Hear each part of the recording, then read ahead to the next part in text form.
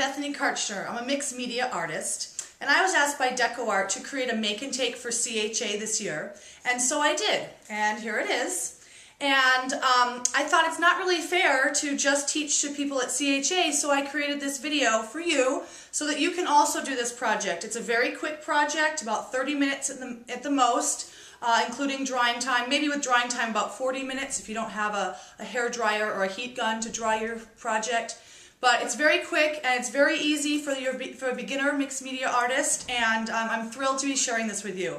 Thanks for joining me, and I'll meet you in my studio. Alright, to begin, take your wooden postcard, a 6 by 5 inch postcard, and your decoupage glue. I poured some onto my palette here, and your glue brush. I use a stiff brush to apply my glue, but I've also seen people use those foam brushes, and those are quite easy to use also, and they're also, you can throw them away when you're done with them. If you are using a paintbrush to apply your glue, make sure you put it in your water right away so it does not stiffen it up. And also, when you apply the glue, make sure you go all around the edges here so that the edges of the tissue paper stick to it. Alright, so you have your tissue paper here, and you're going to apply it, and you want to have some wrinkles, so go ahead and push the tissue paper on. Make sure you wrinkle it up. It adds beautiful texture to your piece. Now you're going to see some air bubbles in there, so try to get those out. You don't want any air bubbles. And I have quite a thick area here, so I'm going to kind of wrinkle it down a little bit. There we go. You can see how it's really got great texture here. Now I'm going to apply some more decoupage glue on top of it to get those little pieces that are kind of sticking up down. I love this decoupage glue because it's thick, and so I find that it's easier to apply things like tissue paper because it's so thick. Plus the matte, which is what I'm using, is truly matte. There isn't gloss in it, and I love that because I really like matte, the matte look on my work. Okay, so you can see how I've applied the tissue paper, and you can see all the wonderful texture that I've got here. Now what I'm going to do is I'm going to use my acrylic gesso, and it's white, and I'm going to apply that on top of the tissue paper. I haven't let it dry. You don't really have to. You can if you'd like, but you don't have to. So I'm going to apply that on, and you'll notice that this gesso is really, really thick. And I love that because you can do so much fun stuff with it. And I am going to be drawing in it using the back of my paintbrush.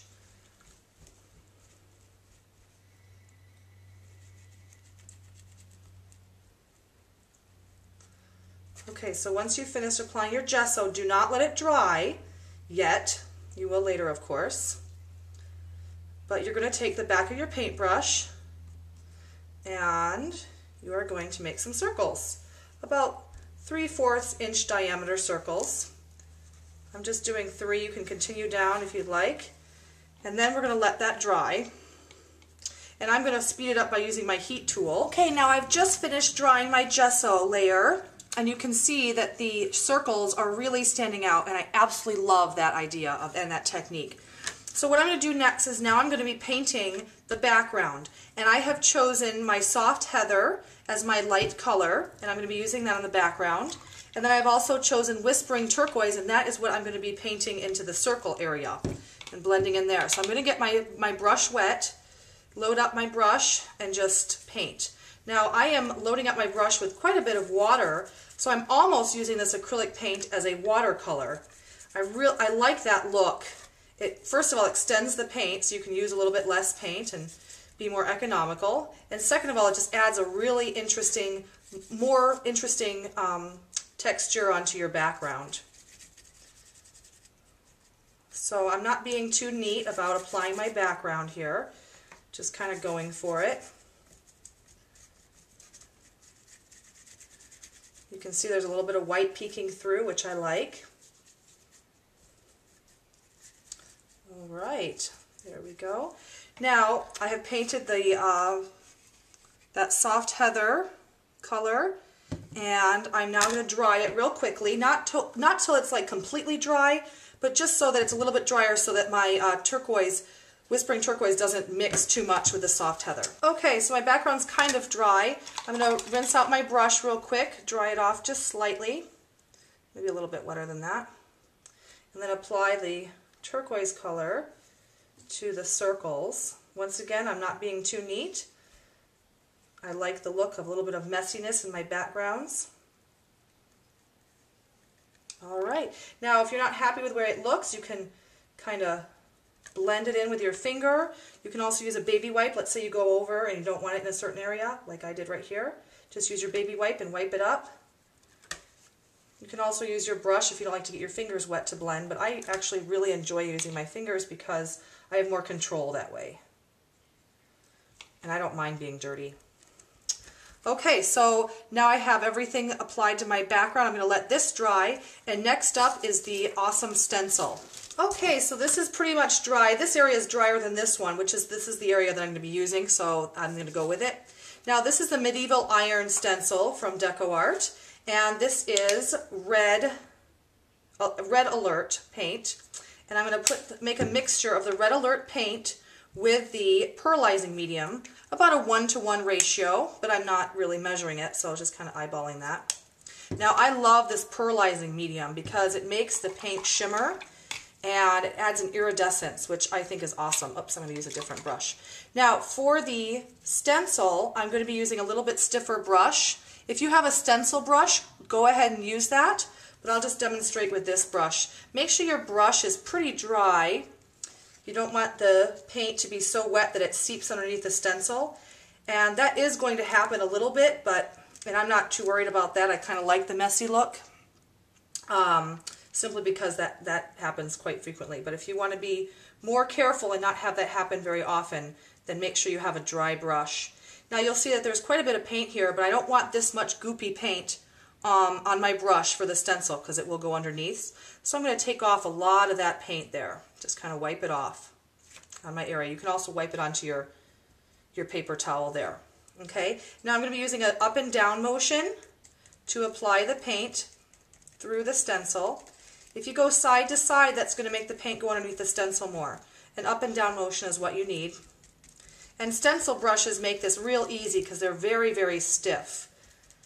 But I wanted to show you how to do this with a regular paintbrush, just in case you don't have a specialty stencil brush at home.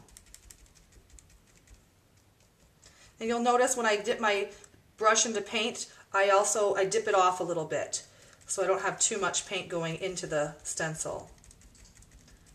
And you'll also notice that I put down about 3/4 or 2/3 of the stencil onto my workspace, or my background here. And you'll see there's a little bit off here. When you have a stencil, I think one of the most attractive ways of using it is just part of it, so it's kind of like peeking on to your area. Alright, there we go. So you'll see how that looks, and you'll see it feathered a little bit underneath. I used a little bit too much paint, or it was a little bit too wet. But again, I kind of like that. I like the messy look. So we'll go with that. And I always wipe down my stencils with my baby wipe that I just keep nearby me. So that one is done there.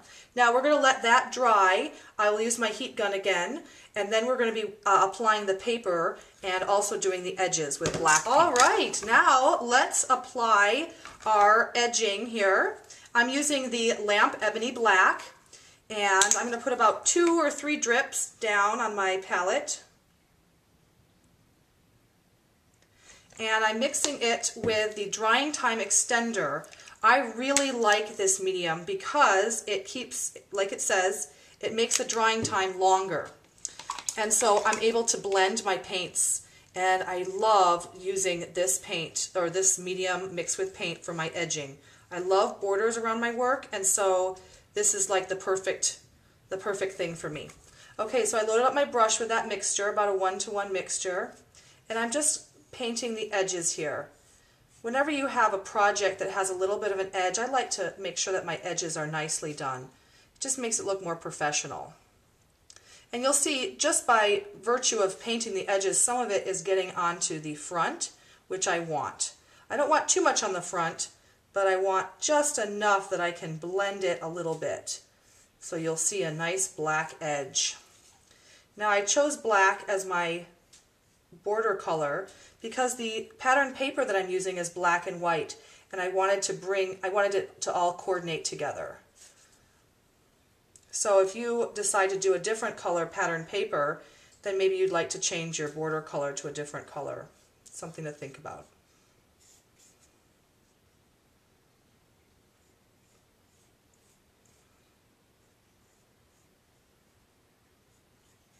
Okay, so now I've finished applying to the edges. Now I'm going to use my finger because I like the control that my finger gives, and just run it along the edge here, picking up some of that paint that came onto the front and blending it in. When you do this, be careful about touching the front because you may have black paint all over your fingers. That is a hazard that I take when I do this. So that's why I always have baby wipes on my surface right next to me so I can wipe my fingers like when the phone rings or when I get too dirty. And I usually apply a little bit more in the corners because it just seems to bring it together to me. Now this drying time extender really extends the drying time of your paint. One time I left my paint just a little bit on my palette overnight, and when I came back the next morning it was still wet in certain parts, so I think that's awesome.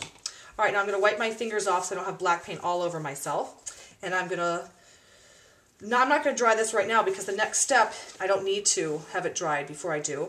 I'm taking the purple pizzazz and I'm just going to put like one drop on my palette, and I'm going to take my wet brush and I'm going to be flicking paint onto the corners.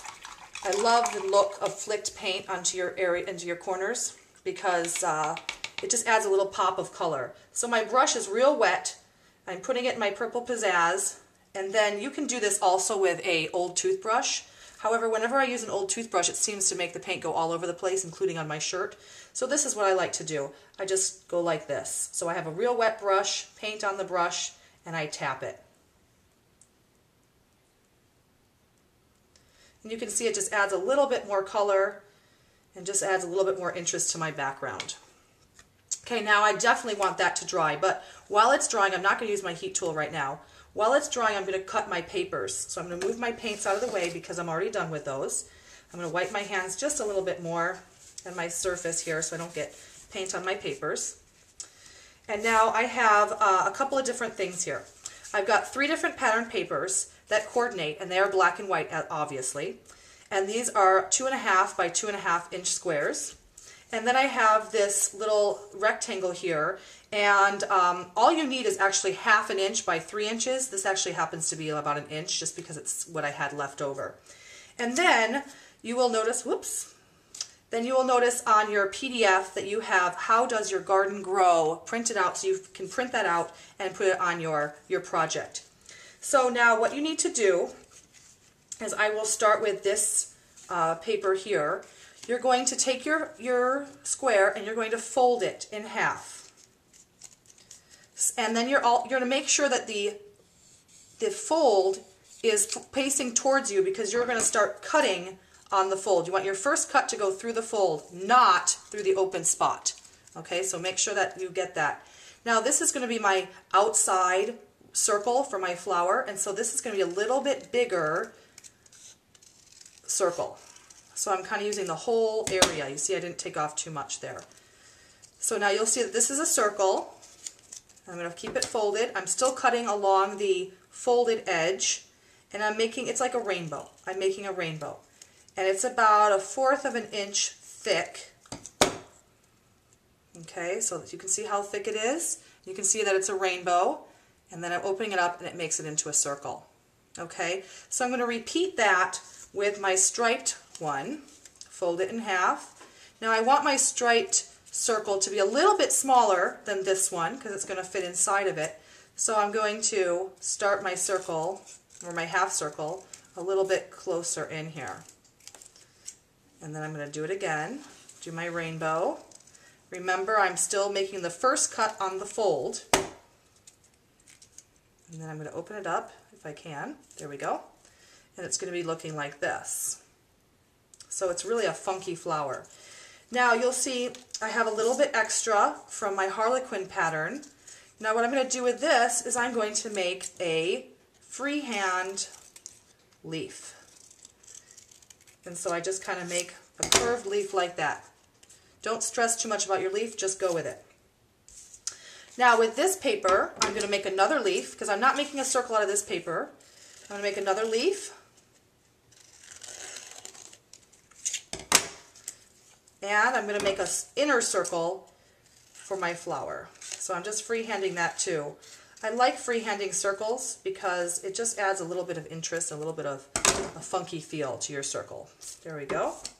Now I've got my rectangle here, and I want my stem to be as long as this rectangle. So the bottom of this rectangle is going to be the bottom of the stem and the top of the stem. And I'm going to make my stem about 1/4 of an inch thick. And you'll see that I like the stripes, and I made the stripes going horizontal so that you could see the stripe, lots of stripes. So that's what my flower is going to look like. And then I'm going to cut out all of these words, and they're going to be glued on next to them. Now I did that over here because it takes a little bit to do that. So here's my words cut out. So I'll put them right here. Now my paint should be dry. Yep, feels dry. The edges are not quite dry, so just be careful of that. Maybe when you're doing this at home, you could let those dry a little bit longer. I'm going to take my palette again and add some more decoupage glue to it. Let's see, it looks like it's pretty dry right there, so I'll add some to this section. Oh, that's probably a little bit more than I need. Get my brush out again, make sure it's nice and clean, and dry it off. Oh, it's a little bit reddish, so I'm going to get a new brush here. Okay, so now I've got a clean brush. Now when I apply the papers to my project, I'm just going to put a little bit of decoupage glue on the paper here, all the way around, and then just stick it on. You can also apply the decoupage glue to the top of it if you'd like to make sure it stays down well, or you didn't get it all down.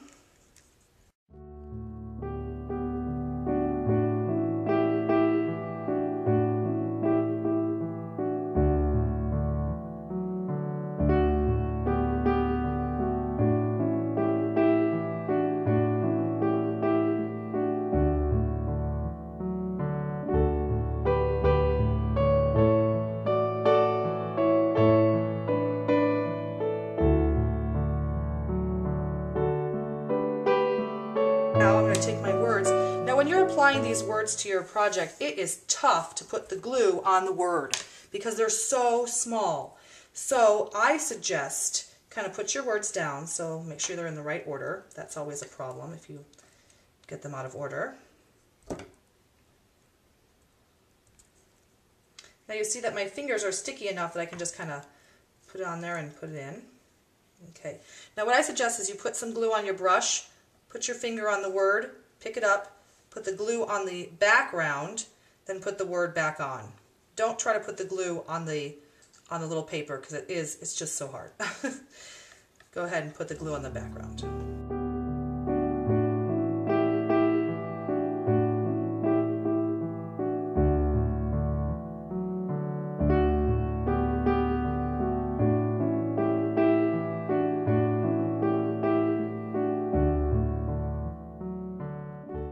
Now, as an extra touch, I really like glitter on my project, so I've chosen this lavender, and I'm going to choose a brush, make sure it's clean, dry it off.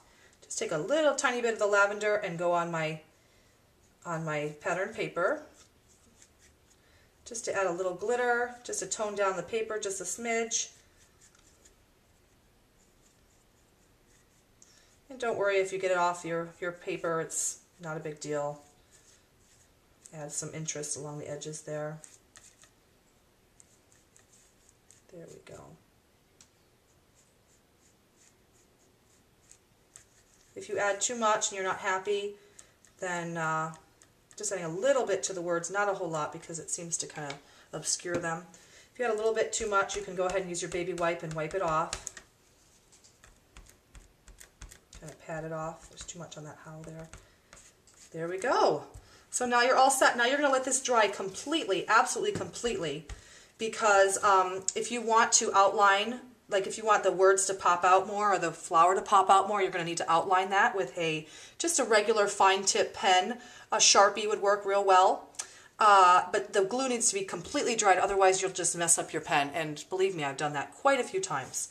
So once that is dry, then I'm going to outline my words and my flower and make a line on around the border here.